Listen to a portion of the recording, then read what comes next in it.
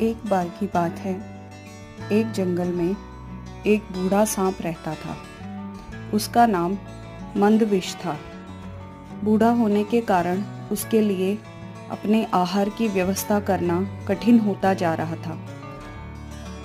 इसलिए उसने सोचा कोई ऐसा उपाय किया जाए कि बिना मेहनत के मुझे आहार मिल जाए। बिना समय गवाए वह मेंढकों से भरे एक तालाब के किनारे पहुंचा और कुंडली मारकर यूं बैठ गया मानो ध्यान में लीन हो। तभी एक मेंढक आया। उसने उसे देखा तो उसे बहुत आश्चर्य हुआ। उसने उससे पूछा, क्या बात है सांप मामा, आज इस घड़ी आप यहाँ कुंडली मारकर बैठे हो? भोजन की व्यवस्था नहीं करनी क्या? आज क्या आपका उपवास है? मंदविश ने मधुर वाणी में उत्तर दिया, अरे बेटा, आज प्रातः जो घटना मेरे साथ हुई है उससे तो मेरी भूख ही मर गई है। ऐसा क्या हो गया मामा? मेंढक ने जिज्ञासावश पूछा। बेटा, सुबह मैं एक नदी के किनारे भोजन की तलाश में घूम रहा था। वहां मुझे एक मेंढक दिखाई पड़ा। मैंने सोचा कि आज की भोजन की व्यवस्था हो गई और उसे पकड़ने बढ़ा। पास ही एक ब्राह्मण का पुत्र ध्यान में लीन था। जैसे ही मैंने मेंढक पे हमला किया, वह उछलकर दूर चला गया और ब्राह्मण का बेटा मेरा शिकार बन गया।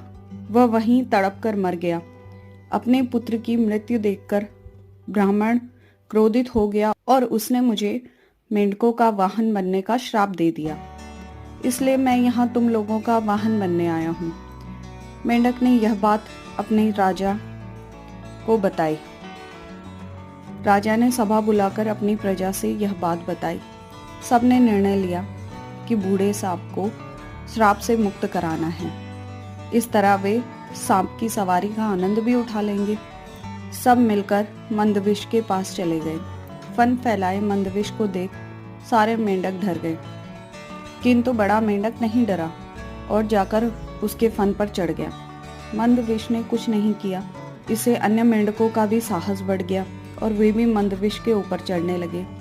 जब सारे मेंढक मंदविश के ऊपर चढ़ गए तो वह उन्हें तरह तरह के करतब दिखाने लगा। उसने उन्हें दिन भर इधर उधर घुमाया, खूब सैर करवाई, जिससे मेंढकों को बड़ा आनंद आया। अगले दिन वे फिर सवारी के लिए मंदविश के पास आए। मंदविश ने उन्हें अपने ऊपर चढ़ा तो लिया, किंतु वह चला नहीं। यह देखकर बड़ा मेंढक पूछता है, आप आज हमें करतब नहीं दिखा रहे, न घुमा रहे? मंदविश बोला, मैंने कुछ दिनों से कुछ नहीं खाया, इसलिए मुझे चलने में कठिनाई हो रही है। बड़ा मेंढक बोला, अरे ऐसा है तो आप छोटे छोटे मेंढकों को खाकर भूख मिटा लो, फिर हमें ढेर सारे करतब दिखाओ। मंदविश को इसी अवसर की तलाश थी। वह प्रतिदिन थोड़े थोड़े मेंढक खाने लगा। बड़ा मेंढक अपने आनंद में इतना लीन था कि उसे सुध ही नहीं थी कि धीरे धीरे सारे मेंढक खत्म हो गए। उसे तब होश आया जब वह अकेला ही बचा और मंदविश उसे अपना आहार बनाने पर तुल गया। वह बहुत गिड़गिड़ाया, किंतु मंदविश ने एक न सुनी और उसे भी खा गया। इस तरह पूरे मेंढकों को मंदविश ने अपना आहार बना लिया।